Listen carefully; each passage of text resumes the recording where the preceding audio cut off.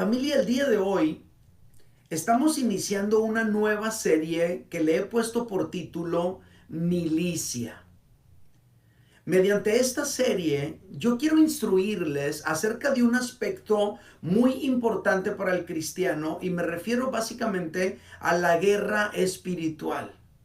De eso quiero hablar todo este mes con cada uno de ustedes. Vamos a iniciar esta serie a partir de un fragmento de la escritura donde aparece precisamente esta palabra que nos regala el título de nuestra serie y donde vamos a analizar algunos aspectos básicos para arrancar todo este tema que tiene que ver con la guerra espiritual.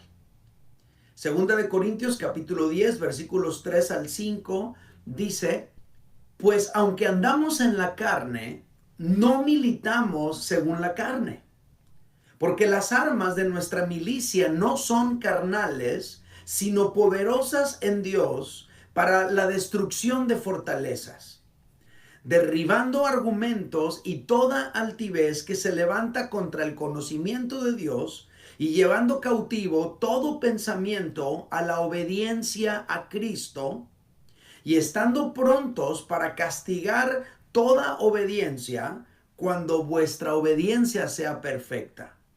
Miráis las cosas según la apariencia.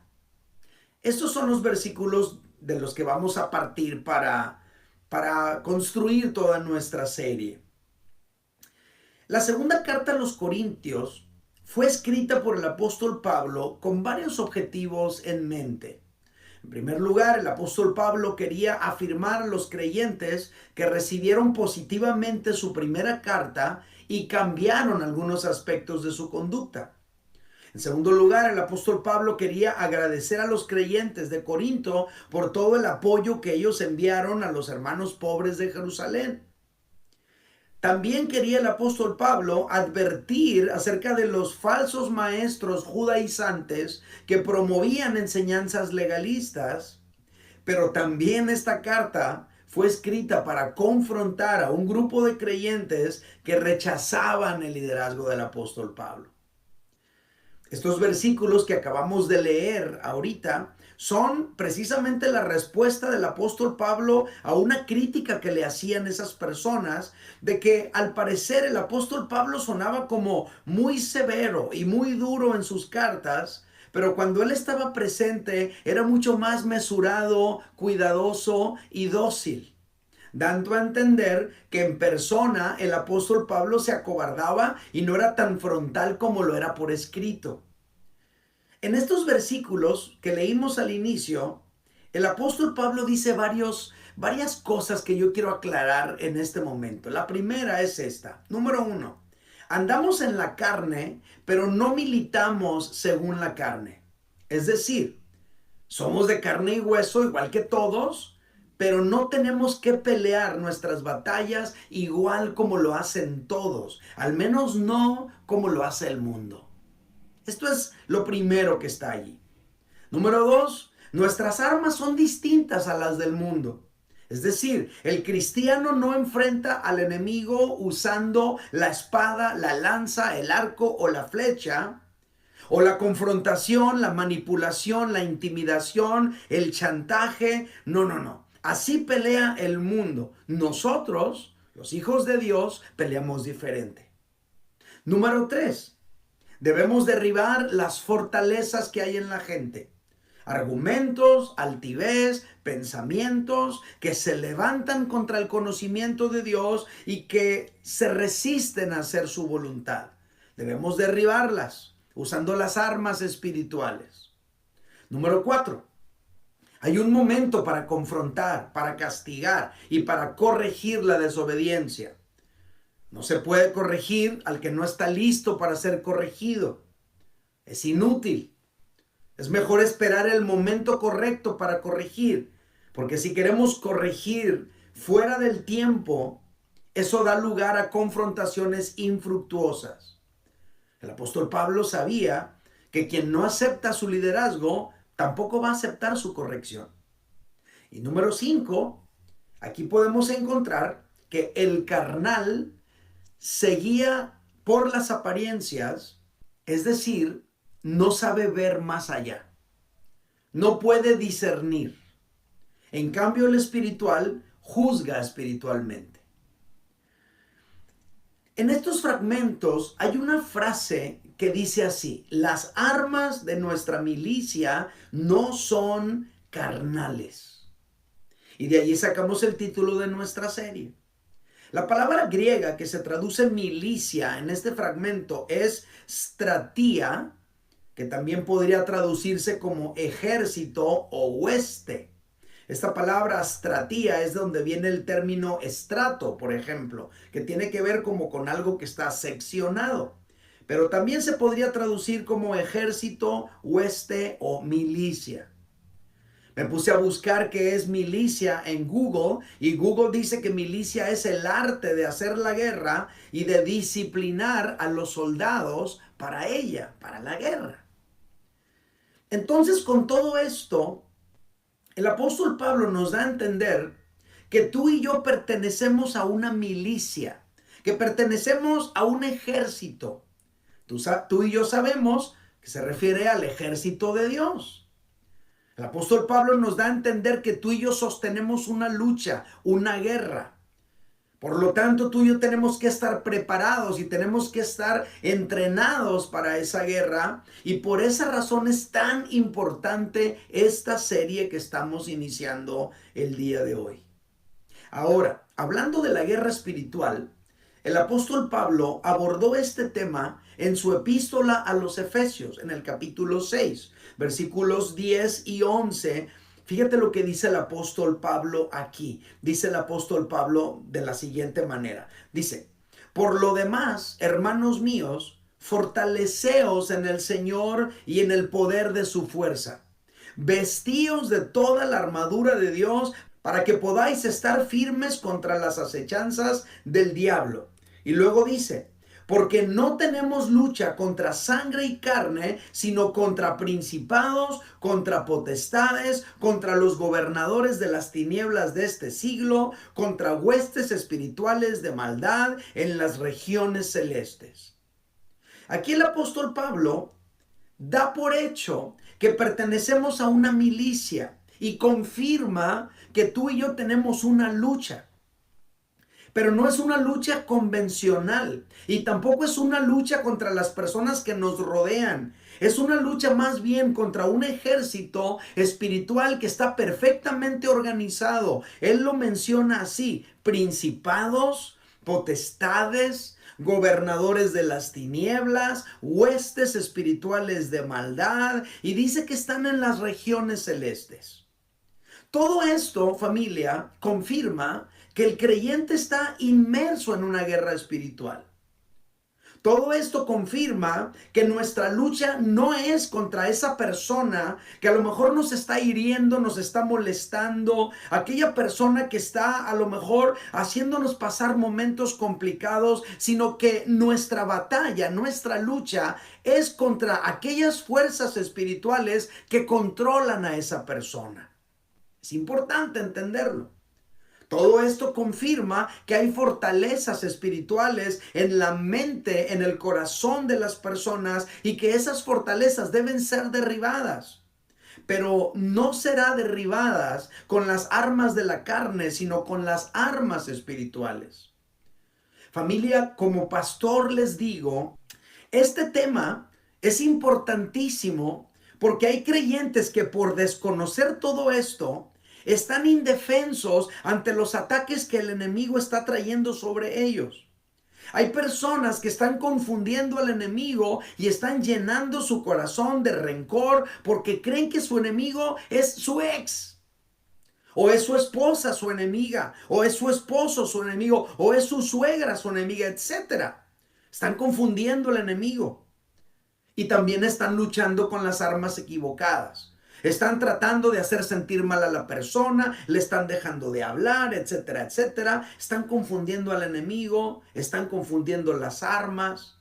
Es como subir al ring a pelear con un boxeador profesional, pero tú llevas los ojos vendados, no llevas la vestimenta adecuada, no llevas el equipo adecuado para la lucha. Eso sería una paliza segura en tu vida. Y así están muchos creyentes.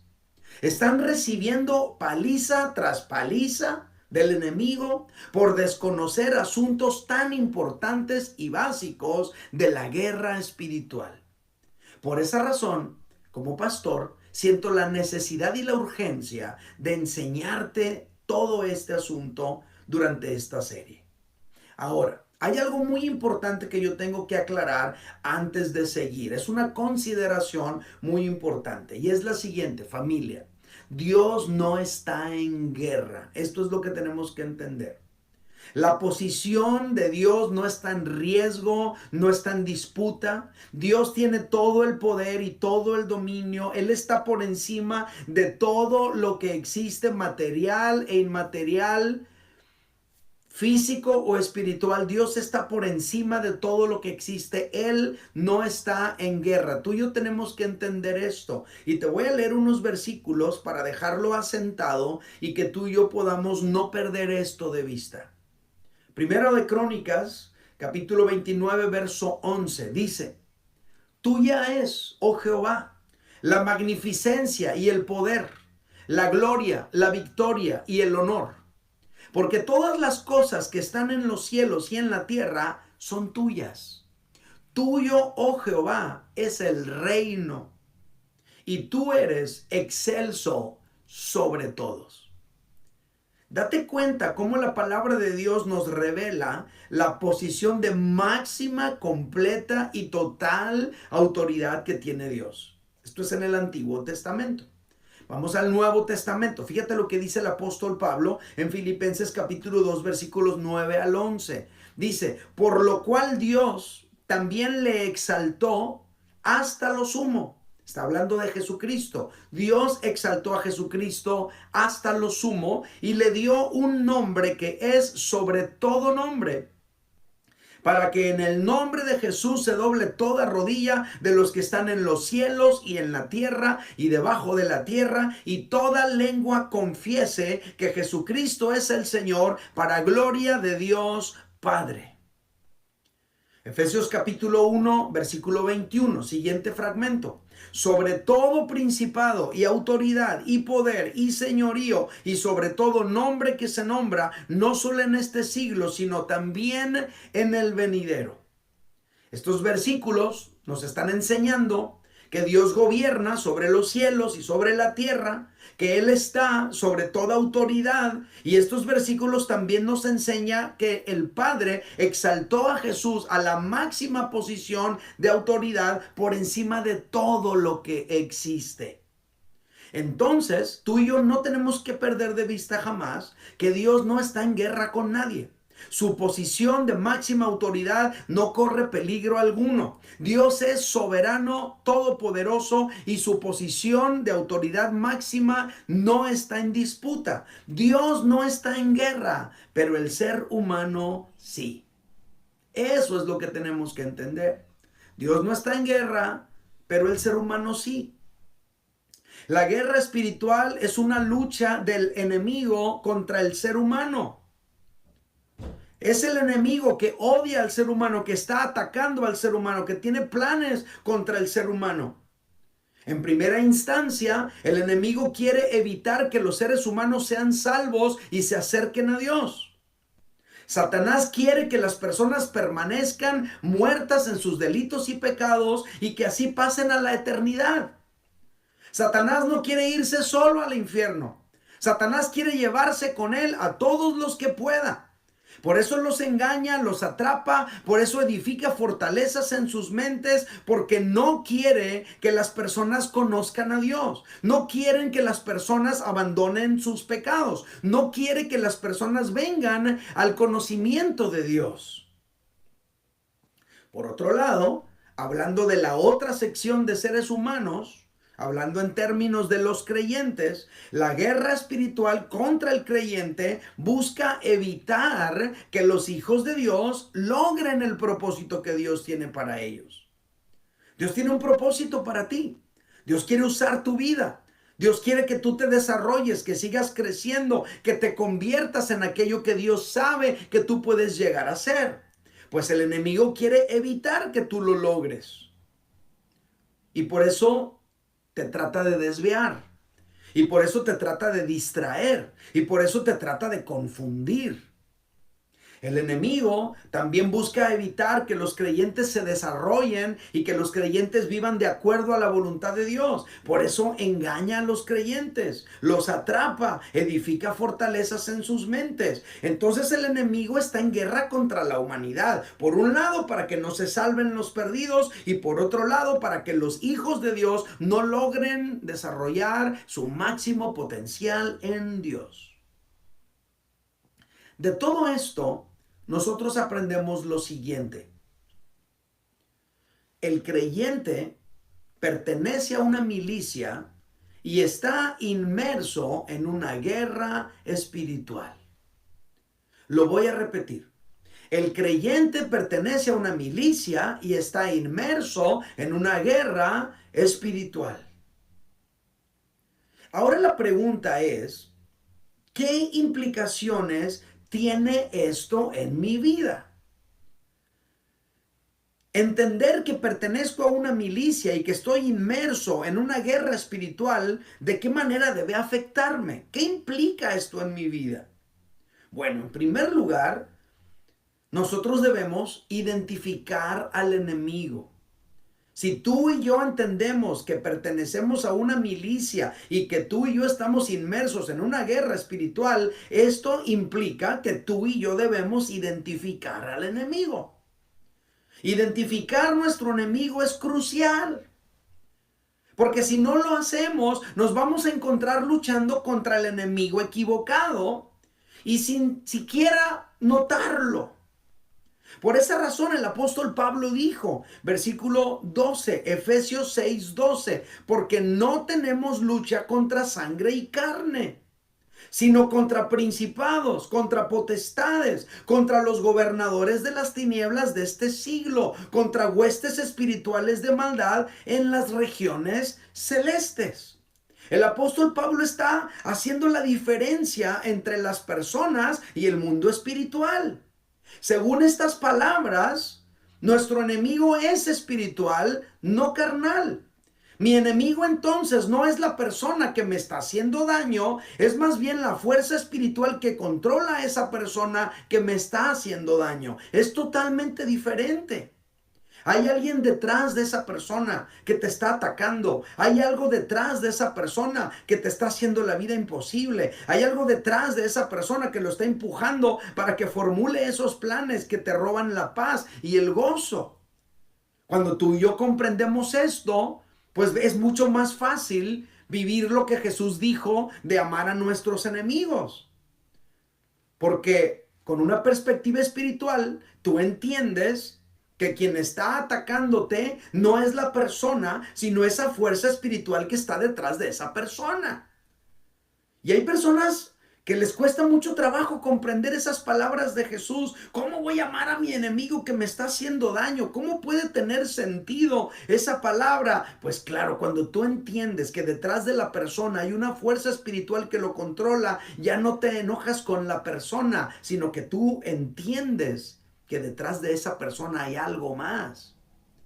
Entonces tú puedes amar a la persona y odiar la fuerza que mueve a esa persona.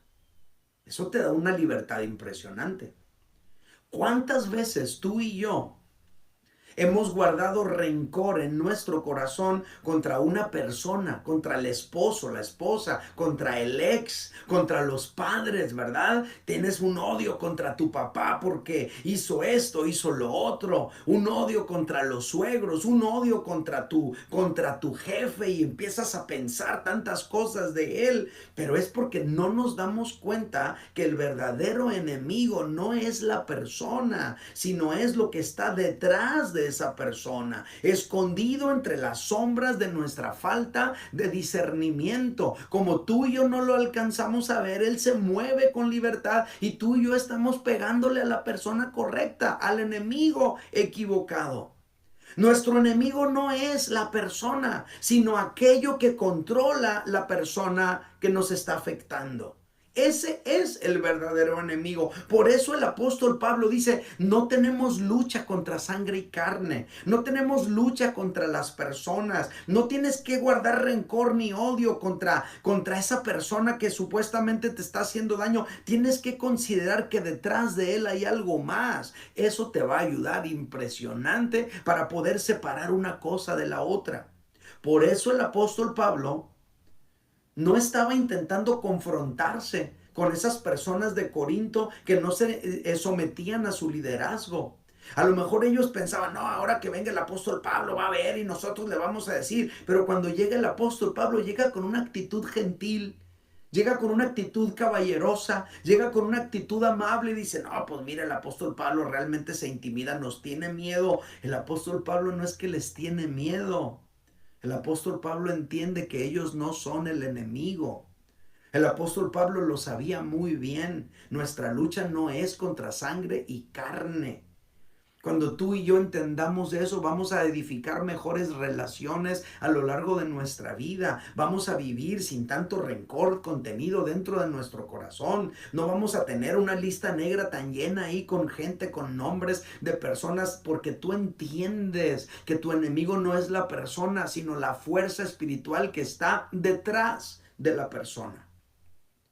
El creyente pertenece a una milicia y está inmerso en una guerra espiritual. ¿Qué implicaciones tiene eso en mi vida? ¿Cómo debe afectarme? Número uno, debo identificar el enemigo. No puedo seguir confundiendo mi enemigo. Tengo que identificarlo claramente. Número dos, debemos identificar los objetivos. En esta guerra espiritual, además de identificar el enemigo, el verdadero enemigo, debemos identificar también los objetivos a destruir. El apóstol Pablo le llama a los objetivos fortalezas. Nos hace entender que tú y yo no queremos destruir a la persona, tú y yo queremos destruir sus fortalezas. Fíjate cómo lo planteó. Segunda de Corintios 10:4. Dice el apóstol Pablo, porque las armas de nuestra milicia no son carnales, dando a entender que son espirituales, y dice, sino poderosas en Dios para la destrucción de fortalezas. Ese es el objetivo a destruir. Cuando tú y yo hemos desarrollado percepción espiritual, entonces tú y yo no buscamos destruir a las personas. Buscamos más bien destruir las fortalezas que se han levantado en el interior de las personas. Ah, caray, ¿de qué estamos hablando? Sí. Dentro del corazón de las personas se levanta una fortaleza para protegerse, para no ser herido, lastimado. ¿Cuáles son esas fortalezas? Bueno, el apóstol Pablo lo explica. Fíjate lo que dice 2 de Corintios 10:5. Dice, derribando argumentos y toda altivez que se levanta contra el conocimiento de Dios y llevando cautivo todo pensamiento a la obediencia a Cristo. Entonces, en la medida que las personas van viviendo sus vidas, piensan en un niño, en una niña que desde pequeño pues va viviendo su vida. En la medida que esa persona va experimentando algunas decepciones, va experimentando algunas traiciones, va experimentando algunas ofensas, va experimentando algunas heridas, dentro de esa persona se van levantando fortalezas, se van construyendo argumentos, se va desarrollando altivez, se van formulando pensamientos en su mente, lo cual va a impedir, en primer lugar, que las personas se salven.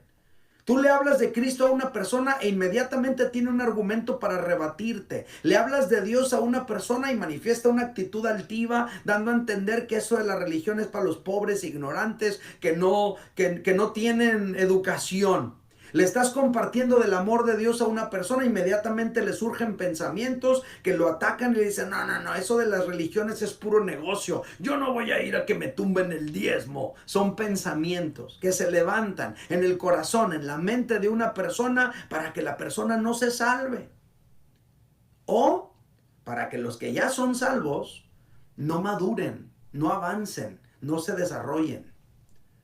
De repente hay cristianos que están viviendo su vida cristiana, pero no avanzan, no se desarrollan, no maduran, porque tienen pensamientos que no los dejan avanzar, porque tienen actitudes que no los dejan avanzar, porque tienen fortalezas dentro de ellos, argumentos que no los dejan avanzar. Las fortalezas, según lo que nos enseña el apóstol Pablo, son ideas dentro de la gente. Son criterios mundanos bien arraigados. Son criterios culturales paganos bien enraizados en la mente, conceptos bien solidificados y que están petrificados ahí en su mente y no les dejan avanzar. Son actitudes, son pensamientos que están impidiendo el desarrollo de una persona. La palabra de Dios dice, por ejemplo, que el hombre tiene que amar a su mujer, que no tiene que ser áspero con ella, que tiene que tratarla como a vaso más frágil, pero el hombre piensa otras cosas, ¿no? El hombre piensa, no, pues es que yo así soy y a mí nadie me enseñó a ser cariñoso, yo así soy, y se cierra en un pensamiento, en una idea, en una actitud y no puede mejorar como esposo de acuerdo a la voluntad de Dios. No puede avanzar en su vida más allá. Se le invita a ser generoso, ¿verdad? Se le invita a dar en la congregación y la persona piensa, no, yo soy pobre, yo no puedo, yo soy pobre, a mí que me den. Por eso voy a votar otra vez por Morena para que me den, ¿verdad? Porque es una mentalidad, es un criterio que te tiene atorado en la misma situación. No puedes avanzar con generosidad porque tus pensamientos, tus actitudes, tu entendimiento de las cosas no te deja avanzar. Esas actitudes se tienen que derribar para poder avanzar. Esas fortalezas deben ser derribadas para que las personas puedan obtener libertad. Hay personas que no pueden responder al mensaje del amor de Dios por sus fortalezas. Hay que derribar esas fortalezas primero. Hay personas que no se pueden seguir desarrollando en su vida cristiana por sus fortalezas. Hay que derribar esas fortalezas primero. Esos son nuestros objetivos. Por eso siempre debemos reconocer que se atacan las ideas, se atacan las actitudes, no las personas. Porque las personas no son nuestros enemigos. Las personas no son nuestros objetivos a derribar. El objetivo a derribar son las fortalezas que se han levantado dentro del corazón de las personas. Esto es bien importante en nuestra vida cristiana. Tú y yo podríamos tener una vida cristiana más bendecida, más libre, más feliz, más plena, si entendiéramos estos aspectos. El creyente pertenece a una milicia y está inmerso en una guerra espiritual. ¿Qué implica eso? 1, que tenemos que identificar el enemigo. 2, que tenemos que identificar los objetivos a destruir. Y número 3 y último, debemos identificar nuestras armas. Cuando tú identificas al enemigo y cuando tú identificas el objetivo a destruir, es más fácil identificar las armas que debes utilizar. ¿Qué sentido tiene utilizar un arma material para atacar un enemigo espiritual? Imagínate que te sale un fantasma y tú le tiras de balazos con tu pistola. ¿Qué daño le vas a hacer? Es un arma material tratando de aniquilar a un enemigo espiritual. No hay forma.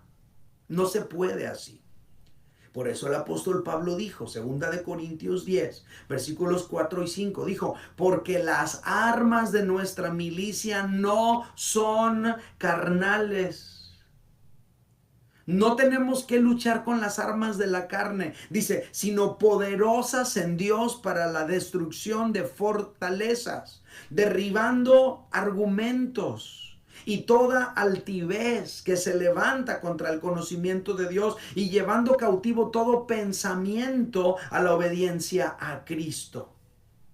El creyente que utiliza armas carnales nunca podrá derrotar a su enemigo y nunca podrá destruir las fortalezas.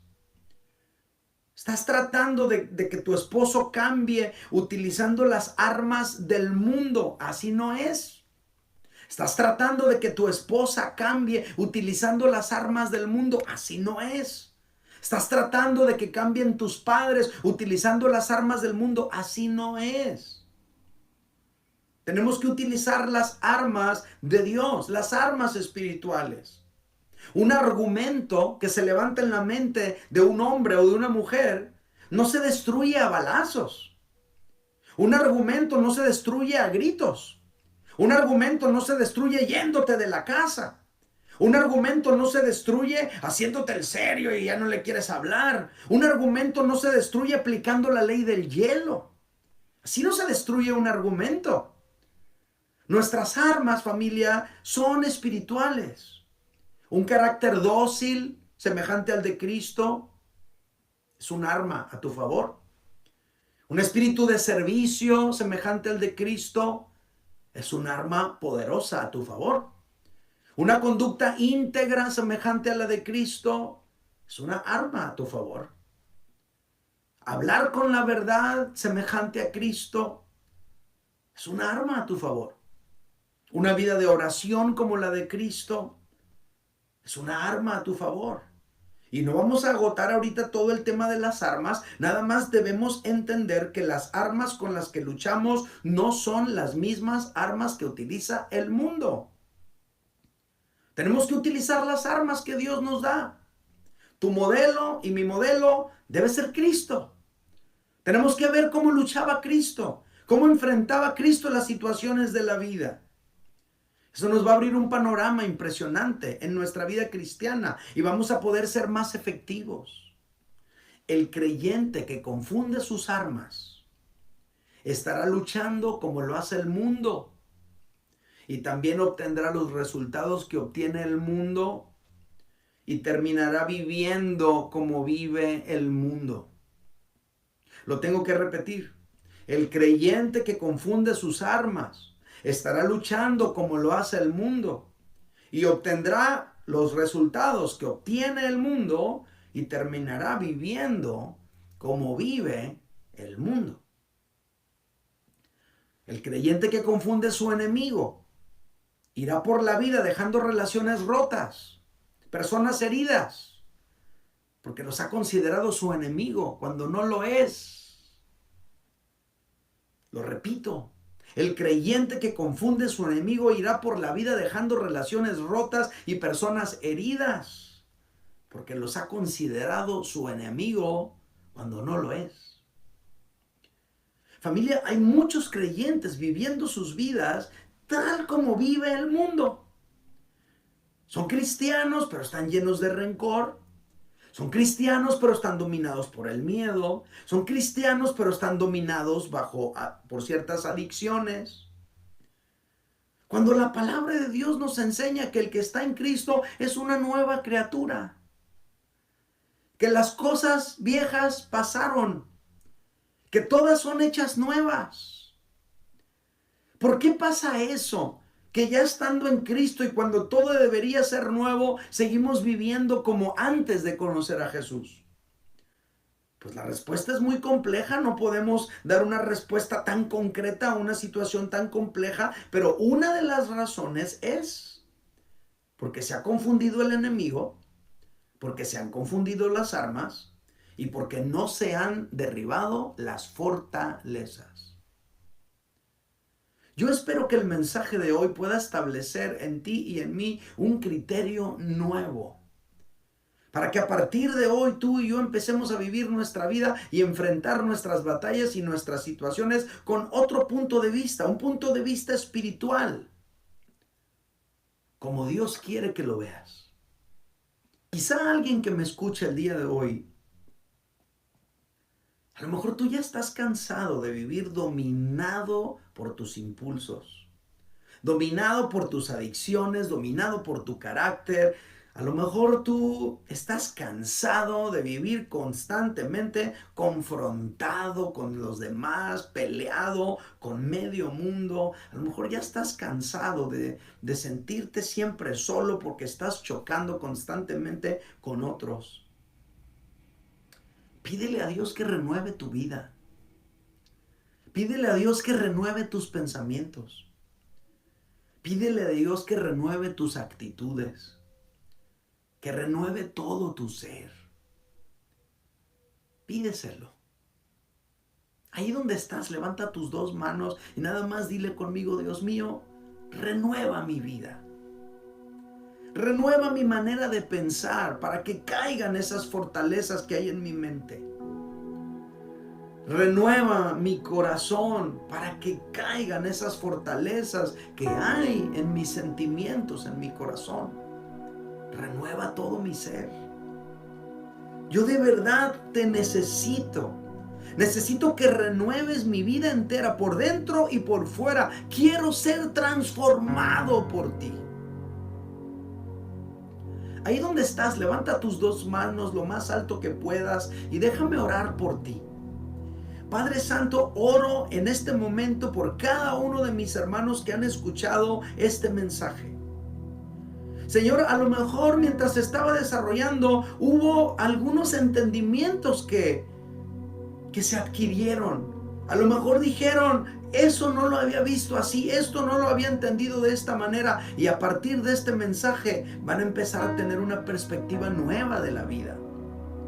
Van a entender que su enemigo no son las personas, sino esa fuerza espiritual que está detrás, moviendo a la persona. Van a entender, Señor, que las armas que deben usar y la manera en la que deben pelear no es como lo hace el mundo, sino a la manera de Dios. Señor, en el nombre de Jesús, yo te pido que cada uno de mis hermanos que han escuchado este mensaje puedan adquirir una perspectiva nueva para vivir sus vidas y enfrentar con éxito esta lucha espiritual en la que están. Señor, yo los bendigo en tu nombre. Amén. Gracias, familia, por escucharme. Que Dios les bendiga. Un abrazo a todos.